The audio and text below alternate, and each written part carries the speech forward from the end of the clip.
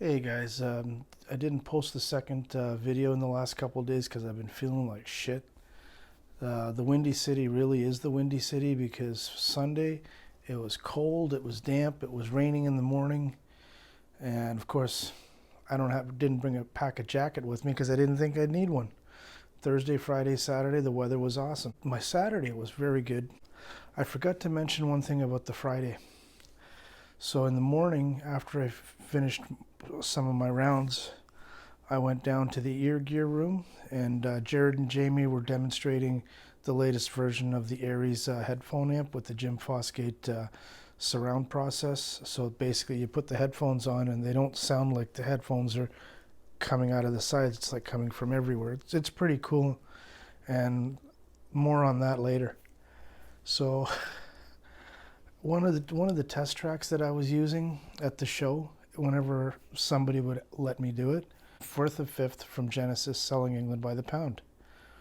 And with headphones, they had the iPad all set up and they were streaming Cobuzz and all this. So I put it on. First, I had Tarkus for about the first 10, 15 minutes around there. And I said, okay, I get it. I had everything dialed in. Then I put on Firth of Fifth, the piano intro and all that stuff, and then Gabriel's vocals, followed by Phil Collins' drums and all this. So, everybody knows that the 6 minute, 30-second mark is when the bass pedals kick in. And on a really good system, it doesn't matter if it's the 200 gram LP version Qui-X that I had many years ago that I stupidly sold, and Mike over at Ingroove still won't sell it back to me yet. Anyhow, SACD or the remastered CD, the bass got cut, or the SACD version, it didn't. It should shake the damn room, right? So, well, I had these prototype headphones. I apologize, I forget the name of the company. It wasn't the Audi set that they had on the bench. It was another guy. I'll find out from Jamie and Jared later on, and probably post a link down below. Anyhow, well, when the bass pedals kicked in, my whole fucking face was shaking, and it was like I could not fucking believe it. This isn't like Beats bullshit bass. It was like deep, natural, and I just let out this huge, holy fuck, that was fucking awesome, right? And Jamie looks at me, Joe, tone it down, dude, and then Jared's like, oh shit. I don't know, because I have the fucking headphones on so loud, and the weirdest thing was, it wasn't fatiguing, it wasn't hurting my ears as loud as it was, and I literally had the volume turned to 11. So it seems that when I let out this big holy fuck, this is fucking awesome routine, the entire ear gear room was deadlocked on our bench. Like, what the hell what happened over there? Who's this guy that's freaking out and all this? Like, is he upset? Is he mad at somebody? No, it's just, the experience, right? So we had a good laugh over that, and according to Jared, that was the best advertisement they got all weekend. So that was fun. Continuing the journey on Saturday, I went to the Joseph Audio Room again. Um, it sounded that good. I had to go visit it a second time. I went to go visit Volti Audio. Paul said hi. I ran in with my buddy Ernest at Argent Pure cable thing that he's got going. I'll probably be putting his silver cables in these guys because I know Jamie and Jared did a mod using Ernie's wire, and Jamie, who like me is a cable disbeliever, even he heard a difference. So, but Jared said let them break in, run them for a little while, get used to them before you start changing stuff, and that's the right approach to do it. Still haven't done the review on this yet, but I like what I'm hearing, man. Anyhow, getting back to Saturday. So I went to the Klipsch Esoteric Room. They were playing Eva Cassidy when I walked in there, and it didn't sound bad, but it was a little on the bright side.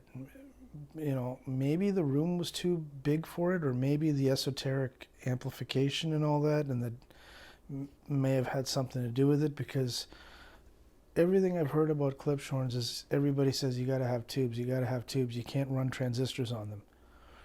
I don't know, I never owned a pair, and honestly, I'm happy with these guys. I'm not changing these guys.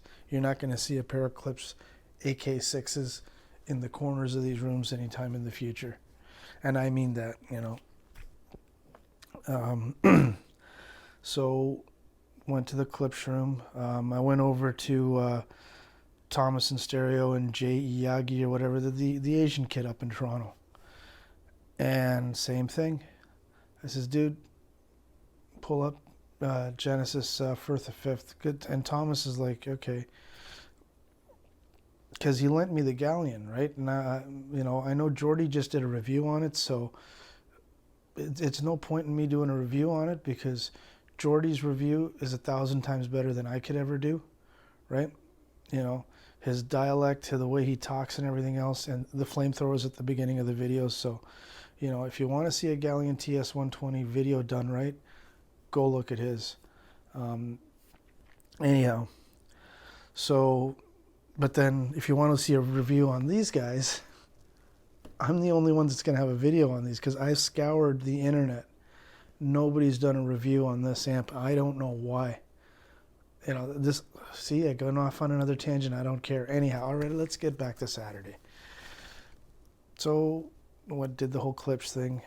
So I go into Jay and Thomas's room, and Thomas has the Galleon TS120 set up, and I said, okay, well, I went over to Jay, and you got to remember, I don't give a shit. I'm from the Hammer. Jay's from Toronto. The Hammer and Toronto, we don't mix very well, right? They think down upon us, and we think down upon them, so it's all good. And I said, Jay, Genesis Firth of Fifth, huh? And he was having trouble spelling it, and I'm like, oh, that's okay, let me do it. Put it on, okay, so and stupidly I told Thomas that the big bass pedal part at 6 minutes and 30 seconds. So the intro comes on, I'm listening it to on the CSS speakers that he designed, whatever. So listening to them on the CSS speakers, and piano intro comes in, it sounds nice and all this stuff, and Peter Gabriel's vocals come in. I'm listening for the ping on the ride with Phil Collins's touch on the cymbals on the ride cymbal there. Everything sounds pretty good. Vocals come in. I know there's going to be a little bit of compression. I mean, it's a 1973 recording, and you know, but still. So instead of building up to the moment and letting me listen to all, you know, 7 minutes of the track, Thomas or somebody sped it up to the bass pedal part, and I'm like, dude, you just killed it, man. So when the bass pedals kicked in, it went off like a wet fart, man. I can't really blame the guys for that, and I know maybe I could have used one of the other amps there, but I don't have that kind of patience, right, for changing it out. I mean, it's either going to work or it's not going to work. Now, I heard Jay mention that they were having trouble tuning the room, which I can understand, because like I said in the other video, we had a hell of a time getting the Endow audio room to work right and get. So I'll give them that benefit of the doubt, where, okay, you didn't shake the room like I thought you would. But if you went up into the Volti audio room, okay, it's a little more expensive gear, right? You're definitely going to shake the room with that track, and I know it for a fact. Oh yeah, more Canadian stories. So Paul Zidell, he works for MoFi up in Canada, out of Montreal, I believe. So met him, and I heard a pair of Rogers LS35As for the first time in my life on tube gear. And holy shit, man. And Paul was spinning normal stuff, no demo tracks, none of that bullshit. And like I said, I hate demo tracks, like I said in the other video. You know, I go into a room, if they allow you to do requests, I said, that's what I'm here for. I'm not here to listen to what you guys want to play. I want to listen to what I want to play on your gear, right? So anyhow, So yeah, I hung out in there for about a half an hour or so, and again, Facebook. We all knew each other from the Canada Hi-Fi page or Canadian Hi-Fi page and Canadian Audiophile Maniacs page. So, and Paul knew I was a bat owner, right?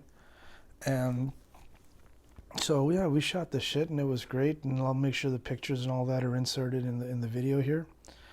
And ran into Lenny many times this weekend in my Fuck Vinyl DSD Forever t-shirt. Got a good laugh. Went to the PS Audio Room both on Friday and on Saturday. Met Paul and his wife. And again, another power couple that I forgot to mention in Friday's video. And so anyhow, I'm down there at the PS Audio Room. And so Frank Doris comes up. We were shooting the shit again. And he says, oh, I like that t-shirt, man. Hey, you think I can take a picture of it? I said, sure, man. And he says, you want to be in the picture? I said, hell yeah, I'll take the blame. So Frank takes the picture. He says, yeah, I'm going to send this to Michael Fremer. I'm like, do it, man. It's all good. And who knows? It might be in the next issue of Copper Magazine, right? Oh, how can I forget? Mr. Haterade, Jordan. Another Jordan, right? You know, I got one up in Canada. Now I got one here in the U.S. So we had booked an appointment with Wendell Diller and his wife. And so we booked the appointment for Saturday, but I got a sneak preview on Friday, right? And Galena, Wendell's wife, she was kind enough to, hey, Joe, I got an extra space in here. You know, come on in. The idea is using very fast, a bunch of very fast woofers in a dipole fashion with the electrostat or the ribbon. So that's what I'm promoting and raising awareness of this concept. And since Martin Logan is the best known panel speaker, that's what I'm using. And you notice the woofers are removed. And so we're using the Magnepan dipole woofer with the electrostatic dipole. We show up at the appointment, and there's my buddy Dave, my buddy Jeff, myself, and then there's this fourth guy, built like a football player, right? And I recognize them from YouTube and some home theater stuff, right? And we're like, and see, they'd given me permission to shoot a video with my, and I told them it was going to be very cheap and cheesy, just the iPhone, my tripod, and I'll stay out of Wendell's way, and you know, I'll follow his lead. Well, Jordan comes in. Dude's got a Lumix camera/video, you know, recorder. He's got the Rode Bluetooth mics, right? And I don't know if they're Bluetooth or wireless, whatever. Dude's got his shit together. And so you're gonna. He says, all right, cool. Tell you what, if you video it, let's share it between our channels, right? And I'll let you do the editing and all that. I'll just basically, you know, pop it on my thing. And he was so cool about it, right? So of course we subscribed to each other's channels, exchanged contact info, and I'm going to be posting that very soon because I just got a clip of the video today. Jordan sent it over, so I'll be sure to upload that before the weekend. The other thing I got to do is Anne Bisson's concert that she did, or you know, on Sunday. I basically recorded just the musical bits. I didn't really do the recording in between, the talking bits in between, because my arm was getting tired because I forgot to bring the tripod from the 12th floor down to the 7th. We did the whole thing with Wendell, and Wendell had recognized Jordan from Austin, Texas, which is where Jordan's from. Because I guess Magnepan had done an event down there that Jordan had done a video on, and Wendell, being the nicest guy, let Jordan take the lead. What would you like to do? And the three of us sitting back, we were just enjoying it. And Jeff got to ask us questions. I seen the earlier videos, and I knew what questions not to ask to upset the man. So that was great. And the best part was, we went about 10 minutes overtime because it's a half an hour session. And who's waiting in the wings? Mr. Annoying Man himself, the audiophile junkie, right? Without the cowboy hat. And Jeff and I looked at each other and we went, right on, man. If you're going to piss off a YouTuber, that's the guy. So that kind of made Jeff's on our day because, you know, it's getting near the end and, you know, we were all ready to go for dinner. And yeah, that's basically how my Saturday went.